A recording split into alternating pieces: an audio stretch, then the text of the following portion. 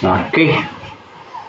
Okay, good day to everyone who are preparing for engineering board exams by this year or next year.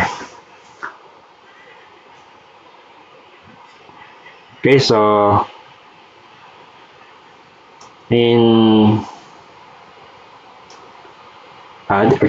this is a previous board question in engineering mathematics. Binigay sa amin last SELE April 2024, no? Pero sad to say hindi lumabas sa exam. So malay nyo, no? This coming November na gumawa siya board exam in engineering. Okay? So for mathematics, for engineering mathematics, okay, for number 1, each side of the Gothic arc is a portion of a circle. Okay. Write the equation of one side of the Gothic arc as shown. Use the equation to find the width W of the arc at the height of 3 feet. So, in engineering mathematics, we must good in reading. So, meaning, mingat kita magbasa, reading, ibig sabihin nun, katihan tabang unang biyasa ta. Okay, so napaka-importante nun. No? Kung hindi man, practice reading. Yun, no? So, you have to be good in reading so that you can follow instruction. Kasi ang problem naman ay instruction yan. So, pag hindi mo maintindihan yung instruction, hindi ka maka-follow nun. So, you have to be good in reading. Okay, so, sentence to sentence tayo muna. Sabi dito sa number 1, each side of the Gothic arc is a portion of circle. Okay. So, ano ibig sabihin nun? This one, class, is a Gothic arc. Diba? Nakikita mo? So, may axis yan, X and Y. Yan, given din naman yan. No? So, again, each side of the Gothic arc. So, ito na yung tinatawag na Gothic arc. Yan. Hindi yan sa circle, ha? Gothic arc yan. Okay. Each side of the Gothic arc is a portion of a circle. So, yung side daw nito, yan, yung side nito is a portion of a circle. So, meaning, yung side na to, the same thing din sa side na to, considering this side, is a portion of a circle. Galing pala ito, class, sa circle. Diba? Galing yan siya sa circle. So, if you draw a circle dito sa figure na yan, so magiging ganito siya. Dahan-dahanin natin ha. Mag-draw tayo ng, tayo ng circle. Yan. So, assuming circle yan ha. Perfect circle. Yan. Di maganda yung stylus pen. Okay, so, yan no. Yan na yung sabi dito na each side of the Gothic arc is a portion. So, yung side na to, class, galing siya sa circle. No? Portion ng circle yan. So we draw a circle para maintindihan natin. Okay, so meron siyang center. Ito. Diba? At saka radius R. How much? 10 feet. Yan. Okay. Yan ang kanyang center. Okay. So, pinag-usapan natin naman ang circle. Ano yung unin sumod dalawang pikilan tabang siya circle. Yan. Ano yung pumapasok sa isipan natin pag circle ang pinag-usapan? Okay. So, of course, we have to draw. How will you draw a circle? How will you draw a circle? Yan. Ka-green, no? Yung pen natin. How will you draw a circle? Okay, if this is your x-axis, and then this is your y, and how will you draw a circle? To draw a circle, how will you draw a circle? To draw a circle, at least you have center and the radius r. So, para makadraw tayo ng circle, at least meron tayong center at saka radius r. O, ito to. No? to draw a circle, at least you have center and a radius r. Kasi hindi ka makakadraw ng circle pag wala kang radius at saka yung kanyang center. Diba? Common sense, you cannot draw a circle without center and its radius r. Okay, yun ang circle. Oh. Line, how will you draw a line? Paano ka makadraw ng line? Paano ka makadraw ng line? Dito muna tayo. Dito tayo sa X and Y, no? Dito tayo sa X and Y. Paano ka makadraw ng line? At least you have 2 points to draw a line. Let's say, may point ka dito, may point ka din dito, and then you connect. Dalawang point. That's the time you can draw a line. Diba? To draw a line, at least you have 2 points. How about triangle? How will you draw a triangle? Paano ka makadraw ng triangle? At least 3 non-collinear points. So, meaning, may points ka dito, may points ka non-collinear, yung hindi nagla-line, no? Yan. And then you can draw a triangle. Provided the 3 points is non-collinear. Yan. Ibig sabihin ng non-collinear, hindi siya nagla-line, no? Hindi siya mag-form ng line. Yung tatlo na yan. So, yung 3 collinear, yung mga ganito, 1, 2, diba? Meron dyan, meron din dito. So, you cannot draw a triangle. That is still a line. Diba? That is still a line. You cannot draw a triangle. So, to draw a triangle, at least 3 non-collinear points. So, naintindihan ba? So, tanggalin natin muna ito, ha? Again, to draw a triangle, at least you have 3 non-collinear points. To draw a line, to draw a triangle, at least you have 3 non-collinear points. To draw a line, no, at least you have 2 points. You can draw a line. To draw a circle, at least meron siyang center at saka radius r. Okay? So, draw muna tayo ng circle. Intindihin natin muna ano ang circle kasi pinag-usapan din naman dito ang circle. So, intindihin natin muna. At ihunta muna unin circle. Diba? So, to draw muna tayo ng circle, assuming perfect circle. Yan. So, of course, to draw a circle, at least you have center. So, center and the radius r. So, yan ang circle, no? To draw a circle, at least you have center and its radius r. Ano yung coordinate sa center niya? Naalala nyo pa yung analytic geom natin? Yung coordinate dito, class, is HK. Diba? HK yan. Diba? Na-recall na natin, HK. Now, this one, eto, diba? Set yan ng mga points. No? Set yan ng points. Set ng points. So, ano yung point dito? Ano yung coordinate dito? Yan. Ano ang coordinate dito? Yung X and Y. Dito, class, oh. Coordinate yan, di ba? Di ba? Coordinate yan.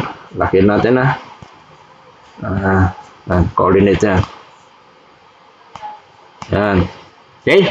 That is XY. So, yung circle, no? To draw a circle, at least you have center. At least you have center and a radius r. Okay? You can already draw a circle. Again, pag circle ang pinag-usapan natin, ano yung papasok sa isipan nyo? Kung magtanong ako. Diba? Oh, ano yung, kung magtanong ako, ano yung area ng circle in terms of radius r? Very important yun, no? Ano yung area ng circle in terms of r? That is pi r square. Can you follow? Ano yung area ng circle in terms of diameter d?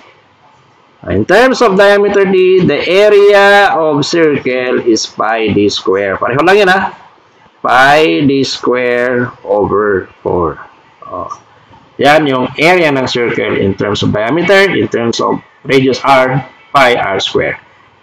Okay, so, saan ba dito klase yung area? Ito na yung area niyo. Ito na. Ito na, area. Diba? Area yan. Yan. Area yan. Okay? Now, anong tawag mo sa line na to? This one. Sa circle pa tayo ha. Anong tawag mo sa line na yun? That is circumference. Ano ba, no? Circumference C is equals to what? 2 pi r. You have to memorize this one. You have to understand that one. Yung area, yung circumference. Okay? Okay, marami pa no? Yung tangent, yung secant, yung chord. Parte yun siya ng circle. Okay. So, equation. Punta tayo sa equation ng circle. Okay. Type natin muna ang equation ng circle. Equation of circle.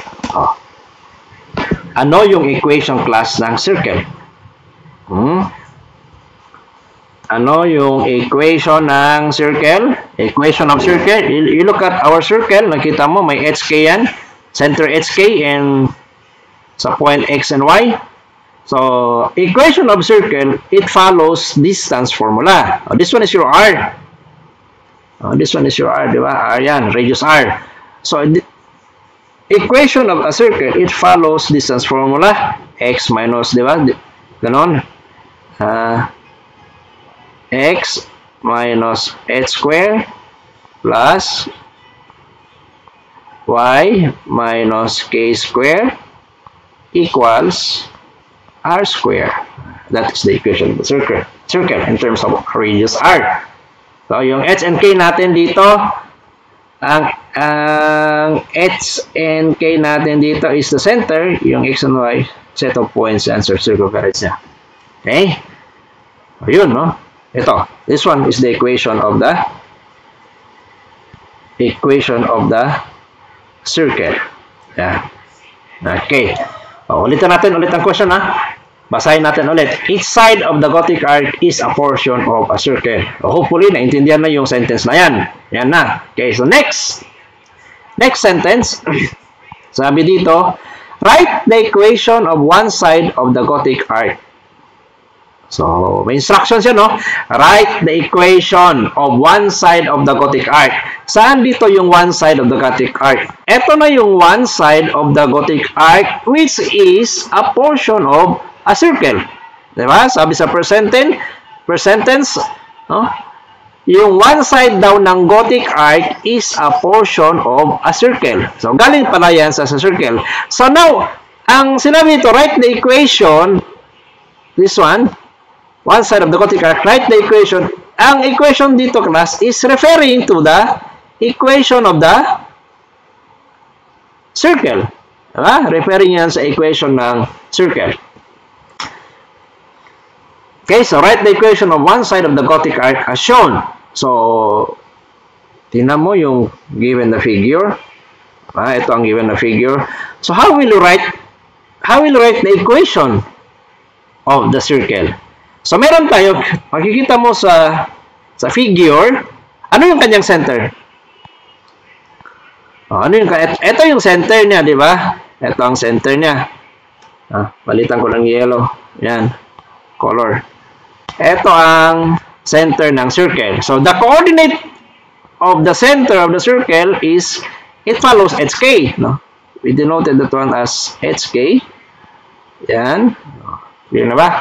Okay. So, ano ba yung h natin, class? Ano yung h natin? Nasa x-axis yan. Yan na yung 6. Diba? Ano yung k natin? So, 0. Diba? Coordinate dyan. So, 0. Okay. So, dito. Anong point dyan? So, unknown, no? So, we denote that one as, we will assume that one as X and Y. Diba? X, Y. Now, meron na tayong center niya. Ang center pala ay 6, 0. Diba? So, 6, 0. Naintindihan kung bakit 6, 0? Ito yung X mo. Sabi dyan, 6. 0 yung Y dyan, diba? Common sense naman, diba? Your Y is 0. At this point, so, unknown. So, we assume X and Y coordinate pairs. Yan. So, the equation, so, ang sinabi dyan, write the equation of one side of the Gothic arch. So, naintindihan mo na yung drawing. May center ka na 6, 0. And then may point ka XY. pwede ka na, no? Pwede ka na mag-write ng equation ng circle. So, it follows x minus h square plus y minus k square equals r square. Meron tayong radius r which is 10. Now, the equation of the circle,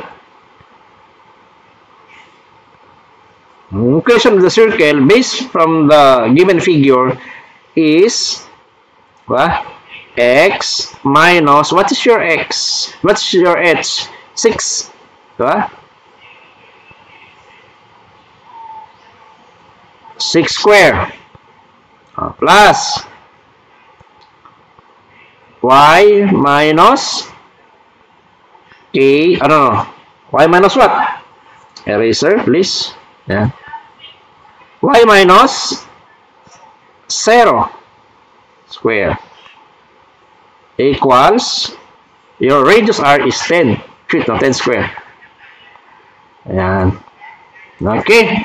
So, yan na yung sinasabi niya, class, na write the equation of one side of the Gothic arc as shown. So, the equation of referring to is the equation of the circle, which is x minus 6 square plus y minus 0 square equals 10 square. Okay, so simplifying this one, dapat, no, yan na. Dapat marunong tayo mag-simplify. Taas ko konti, Okay, how will you simplify this one? This will be equals to x, can I erase this one?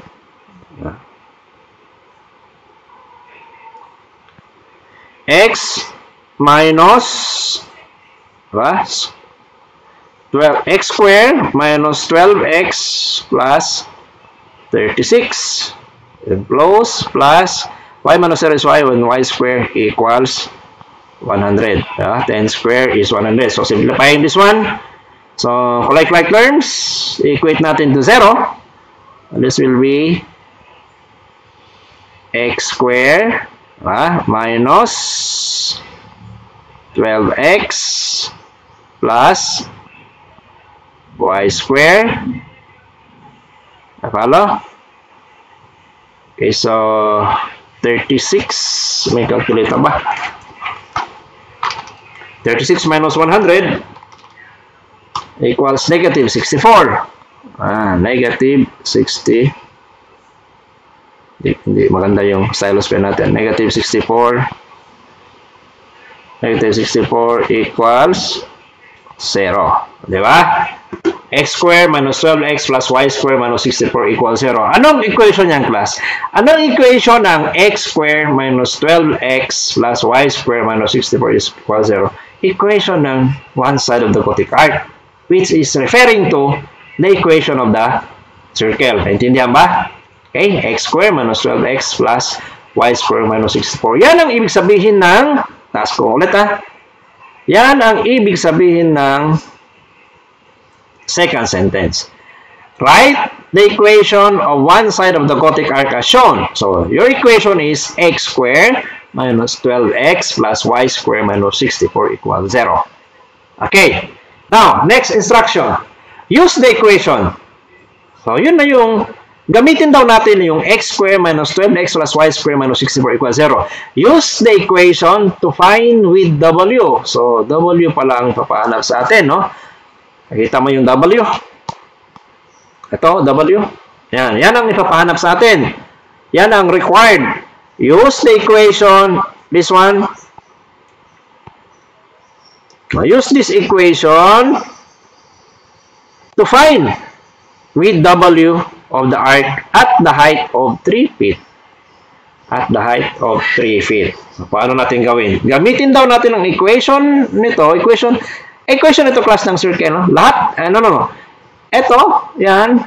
May equation na tayo ng circle na yan, which is x squared minus 12x plus y squared minus 64 equals 0. Equation yan, class, ng circle na yan. Yung center na 0, and then meron siyang point xy, yung sa line of the circle. Okay. So, third sentence, sabi dyan, use the equation. So, gamitin daw natin yung equation ng circle to find w. Saan ba yung w? Ito yung w. Yan, di ba? Yan, yung w. Okay? Nakita nyo? So, hanap muna ko ng Kopyahin ko daw ito para clear. So, copy. And then, taas ko ng konti. Ayan. Pwede ba? Dito, no? Oops, sorry. And then, pwede na siguro dito. Saan eh? Hindi ma... Oops. Control Z.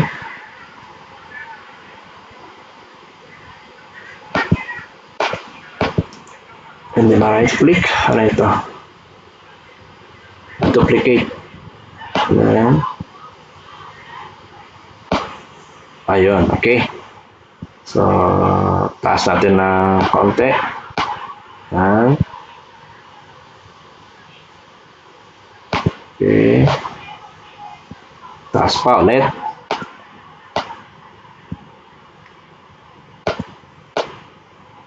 Hirap na. Online class. Okay. So, use the equation. Sabi sa third sentence, use the equation, this one. No? Use this equation to find the width W of the arc at the height of 3 feet. So, may bigay dyan, no? Now, if you look at the figure, pwede ba yung palakihin? Wait lang Tanggalin ko na yung question. Pwede ba yan? I-crop? Pwede i-crop? O, pwede. Ano? Mas maliit siya.